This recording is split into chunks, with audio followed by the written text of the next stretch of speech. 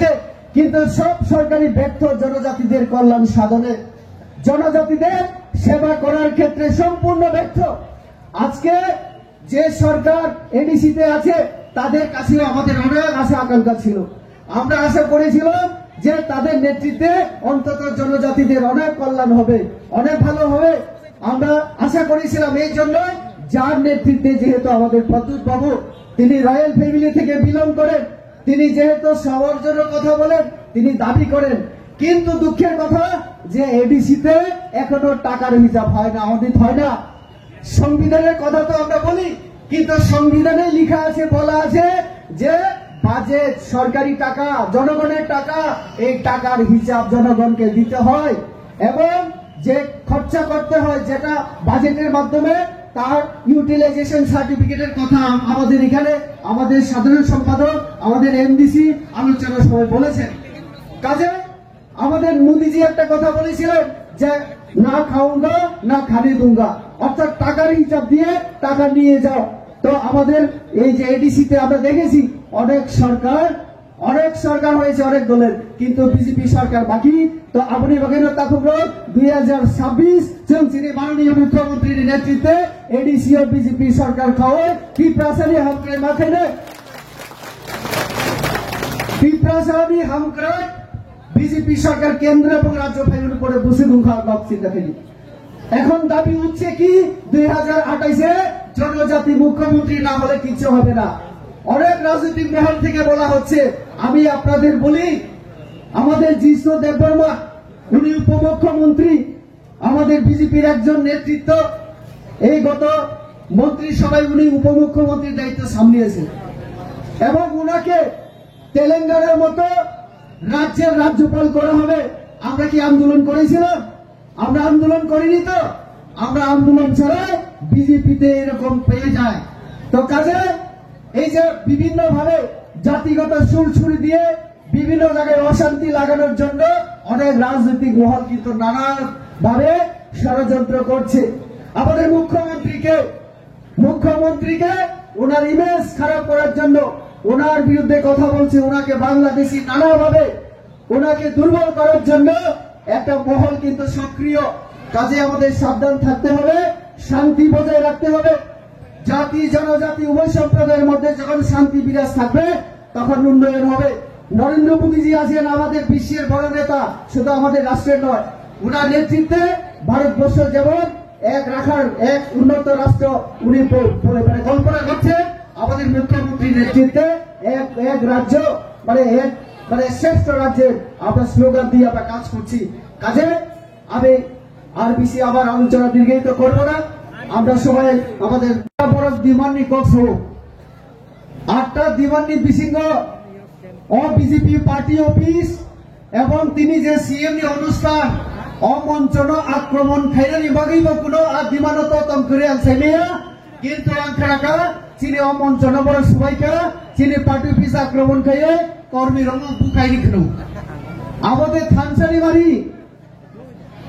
থানসানি মারি কক্ষে সহ जों थानसानायाव सिविल सोसाइटिनि बुमुंतै আসলে একটা পার্টির কর্মসূচি তংমানি আবো আং বারবার বিভিন্ন জায়গাও থাকা এবং যিনি যে ব্যক্তি যে এমএলএ মিয়ানি সিভিল সোসাইটিনি আছে ধর্মঘট বা বন আমার নেতৃত্ব রেখা আবো কাছিনি রঞ্জিত বাবু ববায়াং কাইসা নিউজ লাইভ বাংলা হিনি কাইসা বাংলা চ্যানেল স্যাটেলাইট চ্যানেল গুয়াহাটিনি কাইসা নিউজ চ্যানেল সেরকম একটা ভাবে বিতর্ক আরো অনুষ্ঠান আনবো তমনি বসাওসিনি ডিমান্ড মাসি মামরি নাই ফুলফিল মাখে নাই হিকে বনা সংখ্যা চুক্তি সিং কেন্দ্র পয়সা খাইও কেন্দ্র সরকার পয়সা খাইও হিকে মুখ্যমন্ত্রী লে বাহাইকে হামি অংখা মুখ্যমন্ত্রী লোকে বাংলাদেশি সানায় আর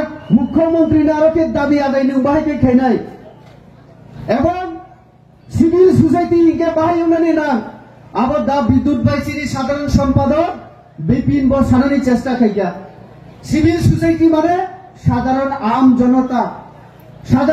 জনতা এবং মিয়ানিয়া ধর্মঘট শান্তিপূর্ণভাবে হওয়ার কথা ছিল কিন্তু সহিংস অঙ্গি থাকা। কেন সহিংস রূপ ধারণ করলো? কারণ ওই যে যারা ধর্মঘট ডাক দিয়েছিল তাদের পেছনে যাদের হাত, তারা চেয়েছিল ত্রিপুরা রাজ্যে দাঙ্গা হোক দাঙ্গা। তার জন্য এই কৃষ্ণপুর মন্ডলের পার্টি অফিস এবং এই মুখ্যমন্ত্রী যে আজকের যে অনুষ্ঠান, আমাদের এই অনুষ্ঠান মঞ্চকে তারা ভেঙেছিল। তারা চাইছিল এরকমই একটা পরিস্থিতি তৈরি হয় যাতে আমাদের দুই সম্প্রদায়ের মধ্যে দাঙ্গা তৈরি হয়। অর্থাৎ বুকুগ্র ত্রিপুরাও যে তমক শান্তি বায়াচারি তঙ্গ আপনার নষ্ট খাইরানি বাগিছে ও ধর্মঘট বুমুগ্রিও কিছু কিছু রাজনৈতিক নেতা অবাহাই ষড়যন্ত্র খাই তঙ্গ বরমির দাবি 8টা দাবির বিশিগতা মতন যে চিনি ত্রিপ্রাজ বুড়ির যদি ওয়ানসা বা অন্য সম্প্রদায়নি বুড়ির বড় কাইজা খাইকে এসটি সার্টিফিকেট বাতিল করতে হবে এবং সুযোগ সুবিধা বাদ দিতে হবে। আর যদি সাকাইকে তব আবার আরো হামিয়া ছানাই চিনি মন্ত্রী অনেক এমপি অনেক বড় আজ এসটি সার্টিফিকেট ক্যান্সেল খেকাইকে এমপি তঙ্গই মাগলা অনেক মন্ত্রী নি অনেক মানে বিনি বাহানো অথবা কেবল বুঝা যাক আবহাওয়ার যে বুইনি দফাবে কাজে থাকনি আর নুখুকনি বড় পইলা বিনি বুঝানি সার্টিফিকেট ক্যান্সেল খেয়ে গেল। তারপরে সে সাদি আর এসটি সার্টিফিকেট না তুই ধর্মঘট খাইনানি কোনো দরকার করে তাবনি বাগে হিংকে সেই 1990-80 থেকে অমহায় যে এসটি সার্টিফিকেট নকল বিশেষ করে সিপিএম আমলের নুকমানি আপনার অনেক বড় নকল এসটি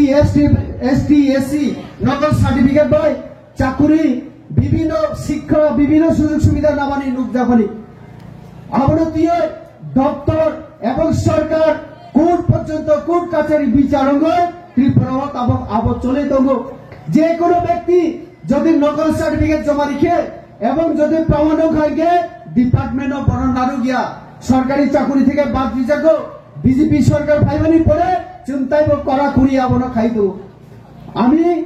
আমি যখন এমপি ছিলাম আমি স্ট্যান্ডিং কমিটি এই যে এসসি স্ট্যান্ডিং কমিটিতে আমি ছিলাম। এই যে সার্টিফিকেট নিয়ে পুরো ভারতবর্ষে আমি কাজ করেছি। জম্মু কাশ্মীর থেকে কন্যাকুমারী, অরুণাচল থেকে গুজরাট সব জায়গায় আমি standing committee on SC welfare সেই স্ট্যান্ডিং কমিটিতে আমি কাজ করেছি।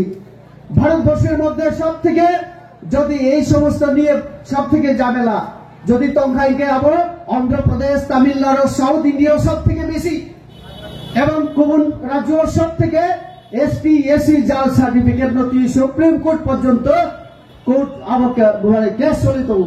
তো আবরতি এই ধর্মঘট খেলে মানিক সাহা বাংলাদেশি কুতুবনানি তাম দরকার।